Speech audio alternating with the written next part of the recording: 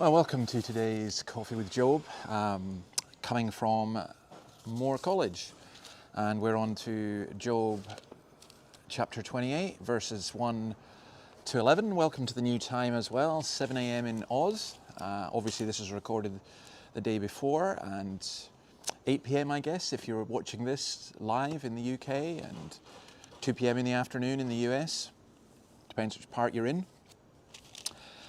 But and as I say, for the next 2 weeks going up to Christmas, I'm always going to include a song at the end. I've got a cracker for you today. But let's read 28. There is a mine for silver and a place where gold is refined. Iron is taken from the earth and copper is smelted from ore. Mortals put an end to the darkness. They search out the farthest recesses for ore in the blackest darkness.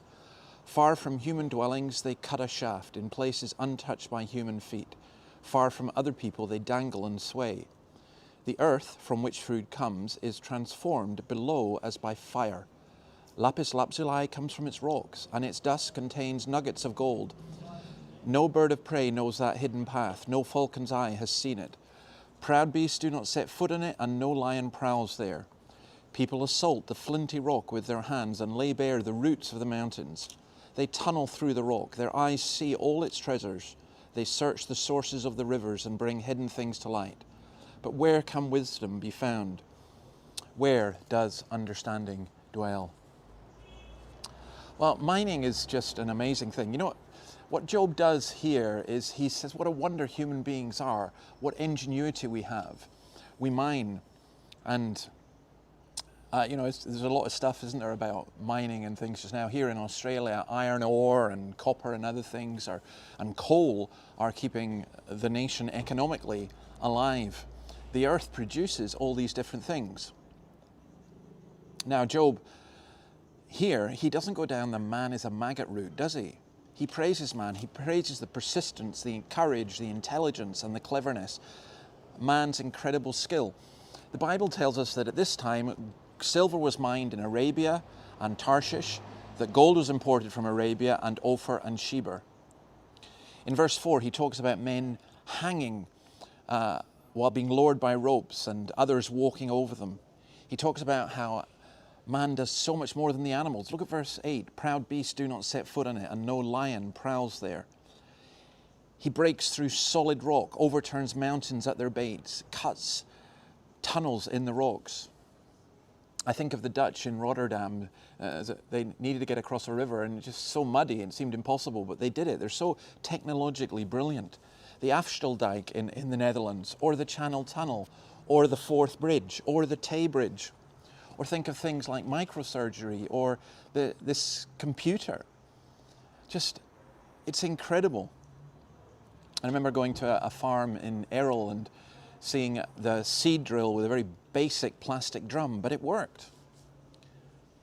And that's what he does. He says, no bird of prey knows that hidden path. No falcon's eye has seen it. The falcon was celebrated for its vision and the lion for its courage, but none are as great as humanity.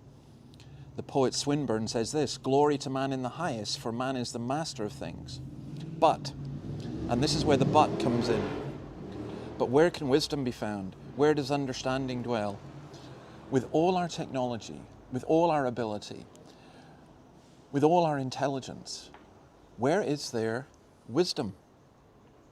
Our great achievements make our lack of wisdom especially sad. Arthur Schopenhauer, the philosopher, was sitting in the Tiergarten in Frankfurt when he was approached by a park attendant who asked, "Who are you?" "I wish to God I knew." That's what he said.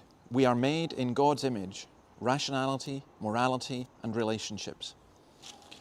The image of God in man is seen in our artistic and creative abilities. We can research and we can investigate, we can make, we can create, we can appreciate. But at the end of the day, without wisdom, without God, it is all absolutely meaningless. An aimless cycle of recurring events over which we have no control and over which death takes it all away. Ecclesiastes 8 verse 17, no one can comprehend what goes on under the sun. Despite all his efforts to search it out, man cannot discover its meaning. Even if a wise man claims he knows, he cannot really comprehend it. So people go for fate and luck and the stars and fears. But find the wisdom of God and all these fears disappear. So here's today's lesson. Human beings, in spite of our engineering skills, cannot discover or purchase wisdom. Only God knows. Which will bring us on to tomorrow's thing. You know, speaking of mines and things that can be there, I have a friend, Jason Blakelock, who from Australian Opal Cutters is his firm. And I think I'll put a picture of a couple of his opals up for you. If you want to get someone a really nice Christmas gift, that's where you go. I'll put a connection, I'll put a link in for you. So come to that. And I'm going to leave you with Steel I Span, Gaudete, and I've got the lyric version for you for those of us who don't understand Latin. Absolutely beautiful, beautiful song from, I think, the 16th century Scandinavia, but it just simply means, Gaudete means rejoice. Rejoice, Christus nomus, Christ is born. See you tomorrow, folks. Bye.